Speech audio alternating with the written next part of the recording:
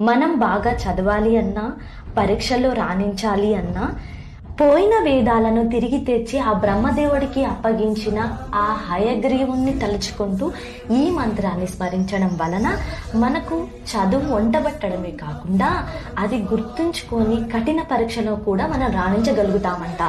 ఆ హయగ్రీవుణ్ణి తలుచుకుంటూ ఈ ఒక్క మంత్రం జపిస్తే చాలు, అది ఎలాంటి పరీక్ష అయినా, ఏది చదవాలనుకున్నా మనకు వెంటనే దక్కుతుంది. ఆ మంత్రం ఏంటంటే, జ్ఞానానందమయం దేవం నిర్మలా స్ఫటికాకృతిం ఆధారం సర్వ విజ్ఞానం హయగ్రీవ ఉపాస్మహే. జ్ఞానానందమయం దేవం నిర్మలా స్ఫటికాకృతిం ఆధారం సర్వ విజ్ఞానం హయగ్రీవ ఉపాస్మహే. చదువుకి ఆధారమైన ఆ హయగ్రీవుని తలుచుకుంటూ ఈ మంత్రం చెప్పిస్తే మనకు చదువు వంట పట్టడమే కాకుండా ఎలాంటి కఠిన పరీక్షలోనైనా నెగ్గుతామంట.